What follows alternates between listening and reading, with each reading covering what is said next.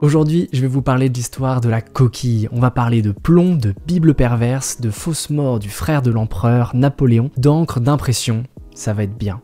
Ça va aller très bien même. La coquille, dans le domaine du graphisme, de l'imprimerie ou du design, c'est une faute de frappe, une faute d'impression. Une petite erreur, parfois c'est inattendu, parfois hasardeux, malencontreux, et parfois c'est intentionnel.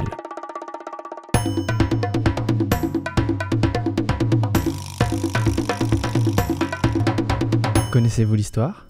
Au XVIe siècle, les imprimeurs lyonnais avaient déjà beaucoup d'humour et en fait ils avaient imaginé une divinité supérieure qu'ils appelaient le Seigneur de la coquille. Un peu plus tard, en 1723, le terme apparaît officiellement dans le livre La science pratique de l'imprimerie d'un certain Martin Dominique Fertel. On peut y lire que si un compositeur ne sait pas bien l'orthographe, il est sujet à faire quantité de coquilles. Bon, autrement dit, si vous n'avez pas appris l'orthographe, c'est difficile de pas faire de fautes. Jusque-là, c'est hyper logique. Je nous arrête une toute petite minute. Avant de continuer, j'ai besoin de faire un micro-point vocabulaire pour expliquer quelques termes que je vais utiliser tout au long de la vidéo. Il faut savoir qu'à l'époque, quand on imprimait, les lettres, c'était pas une imprimante évidemment, c'était des petits cubes de plomb que l'imprimeur devait aligner dans ce qu'on appelle un composteur pour former des mots puis des phrases. Ces petits cubes de plomb avec les lettres, ils étaient rangés dans ce qu'on appelle des casses typographiques. C'est des sortes de grands tiroirs en bois avec plein de castins. C'est des petits compartiments pour ranger tous les mêmes caractères ensemble. Les espaces dans un castin, les A dans un autre, les B dans un troisième, etc. etc. Et c'est d'ailleurs à cause des cases typographiques et des castins que vous pouvez entendre parler parfois de bas de casse pour les minuscules et de haut de casse pour les majuscules, parce qu'ils étaient tout simplement dans des tiroirs séparés pour que ce soit plus simple à utiliser lors de la composition des mots et des phrases. Voilà! C'est tout. Je vous avais dit une toute petite minute, parenthèse fermée. Revenons à nos moutons et autant être franc avec vous, c'est un peu le bordel dans les histoires. En fait, il y a des théories dans tous les sens, mais on a fini par trouver une origine plutôt plausible, sauf que c'est un consensus parce qu'on n'est même pas sûr que ce soit ça. Selon d'obscures idées, les erreurs d'impression pourraient provenir de la manière dont on nettoyait les caractères de plomb à l'époque. Et apparemment, certains typographes auraient suivi le truc un peu à la lettre, en nettoyant les plaques d'impression et les plombs avec des blancs d'œufs pour enlever l'encre après utilisation. Sauf que dans ce mélange de blancs d'œufs, il pouvait parfois rester quelques tout petits morceaux de coquille qui, au passage du chiffon, restaient accrochés sur les caractères en plomb et après, avec le séchage du blanc d'œuf, les coquilles restaient dessus. Ce qui fait que quand on remettait de l'encre dessus pour les réutiliser derrière, l'encre était soit mal mise, soit pas mise du tout et ça provoquait ce qu'on appellerait des coquilles. Ça fait beaucoup là, non ? Bon, c'est la théorie qui est la plus controversée parce qu'elle fait pas l'unanimité et qu'apparemment le blanc d'œuf serait pas hyper bien pour nettoyer, mais Stéphane Bern en a parlé, donc si Stéphane l'a dit, ça ne peut être que presque vérité. Cette expression, elle viendrait en fait d'un oubli dans un article publié au journal officiel résumant les dernières réglementations adoptées par l'Assemblée nationale sur le calibrage des œufs. Rien de bien foufou. Sauf que, dans l'une des phrases, la lettre Q aurait été oublié dans le mot coquille. Une petite erreur que l'humoriste Pierre Desproges aurait remarqué et qu'il aurait mis dans une de ses chroniques de la haine ordinaire et qu'il aurait rendu populaire. En fait, on pouvait lire la phrase suivante: il était stipulé que quel que soit leur calibre, les couilles devaient être propres et exemptes de duvet au moment d'être exposées à l'étalage. Ah bah c'est sûr qu'on savait s'amuser à l'époque, hein. Plus c'est officiel, plus c'est rigolo, et cette histoire est clairement la plus répandue parce que la plus amusante, et je pense que c'est ce qui restera dans l'histoire. En tout cas, si vous devez en retenir une des trois, celle-ci c'est la plus chouette.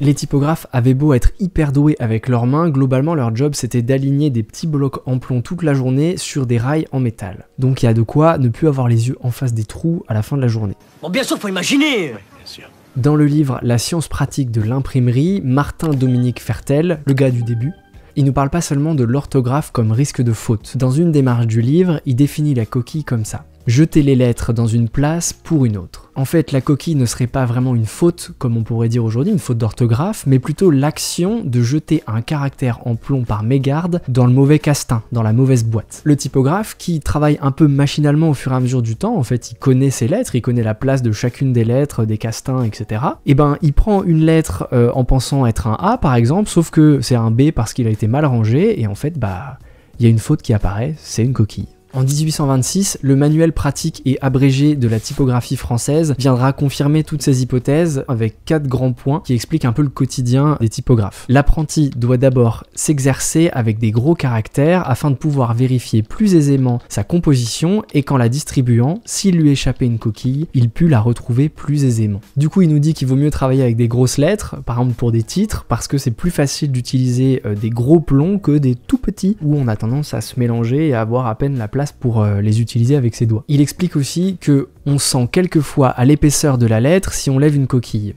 Alors on la met dans son castin et on en prend une bonne. C'est-à-dire qu'à force de connaître les lettres, j'imagine que les typographes connaissaient le poids d'un A en minuscule, le poids d'un B majuscule, etc., etc. Donc parfois en prenant une lettre, ils savaient au poids que c'était pas un B mais un C, un E, un espace, etc. Troisième point, il ne faut pas en distribuant jeter les lettres de trop haut dans le castin en battant du poignet. Ce défaut malheureusement trop commun produit des rebonds et remplit la case de coquilles. Le typographe qui prend ces lettres compose ces mots et en fait il se rend compte parfois qu'il les a mal agencés ou qu'il a pas pris les bonnes lettres et au lieu de les déposer doucement dans le bon castin, il les jette de manière un peu nonchalante ou un peu trop rapide, d'un peu trop haut, ce qui fait que le petit plomb il rebondit et il tombe dans un autre castin et ça fait des coquilles. Notre cher monsieur termine avec une note positive. S'il vous échappe une coquille, c'est un petit malheur, mais si vous ne la retrouvez pas tout de suite, il vaut mieux l'abandonner parce que vous perdriez plus de temps à la chercher qu'à la corriger quand elle viendra dans le composteur. Donc voilà, globalement on verra ça plus tard. Si votre lettre elle vous glisse des doigts et qu'elle tombe dans le mauvais castin, c'est chercher une aiguille dans une botte de foin, donc passez à autre chose et puis le moment où ça viendra, soit vous ferez une coquille, soit vous arriverez à le voir. Maintenant qu'on sait d'où ça vient, voyons ce que ça fait. Parce qu'en fait ce qui est amusant avec les coquilles, c'est que celles qu'on retient, c'est celles qui ont les plus grosses conséquences. C'est un peu terrible sur le moment, mais après on en rigole. Tenez, par exemple, au XVIIIe siècle, dans le journal national, les lecteurs ont pu apprendre avec stupeur une information capitale pour le royaume, mais pourtant annoncée avec un ton plutôt plat, très banal. Le roi Louis XV est depuis 8 jours au château de Fontainebleau. Hier, il s'est pendu dans la forêt. Ouais, il y a un malaise quand même dans le journal. Un malaise qui fait un peu tâche, surtout quand on sait que le roi, en fait, il s'était simplement perdu au détour d'une balade en forêt. Parfois les coquilles, c'est aussi une sorte de lapsus révélateur, vous voyez. Si on prend Jérôme Bonaparte par exemple, frère de Napoléon et ancien roi de Westphalie. Vers la fin de sa vie, il y a eu une sorte de longue maladie et son état se dégrade de jour en jour. Jusqu'à ce qu'un beau matin, ça se stabilise et il y a du mieux. Évidemment, tout le royaume est hyper content et les journaux veulent titrer ça pour annoncer la bonne nouvelle. Quelques jours plus tard, il y a un journal suisse qui pensait publier « Le mieux persiste », sauf que la une, elle disait le vieux persiste. À qui la faute? Ça, on le saura jamais. On sait pas. On sait pas. Et pour terminer, le plus célèbre exemple de coquille prend place dans la Bible. Ou plutôt une ancienne version de la Bible qui a pas mal de noms. La Bible perverse, la Bible vicieuse, la Bible des pécheurs ou encore la Bible adultère, Wicked Bible en anglais. Et cette Bible du XVIIe siècle a en fait une double coquille dans l'un des commandements qui transforme radicalement son sens. Le compositeur a oublié le mot note. La négation en fait, le ne pas français. Au lieu de tu ne commettras point l'adultère, on peut ainsi lire dans l'Exode 20:14, tu commettras l'adultère. Oupsie. C'est clairement l'erreur qui a causé le plus grand scandale dans l'histoire des coquilles. Et on peut pas exclure qu'elle ait été délibérée. Environ 1 an après la publication, les imprimeurs qui ont édité cette Bible vicieuse ont été condamnés à 300 livres sterling d'amende, ce qui fait environ 1 an de revenus à l'époque, et ils ont aussi perdu leur licence d'impression royale. Les autorités, elles ont ordonné la destruction des 1000 copies de l'édition perverse et rappellent les exemplaires qui ont déjà été vendus. Aujourd'hui, il reste très peu d'exemplaires dans le monde, ils sont très recherchés par les collectionneurs, mais on sait qu'il en existe au moins encore 11, dont une à la New York Public Library et une à la bibliothèque de Cambridge. Ça y est, vous savez tout sur les coquilles, vous allez enfin pouvoir briller dans les déjeuners de famille. Si vous n'êtes pas abonné, c'est le moment, mettez un maximum de force sur le bouton rouge juste en dessous de la vidéo. Ça aide énormément la chaîne et ça me fait très plaisir, ça permet de garder la motivation pour continuer à faire des vidéos toujours mieux et avec toujours plus de contenu hyper cool. Je vous dis à très vite, salut!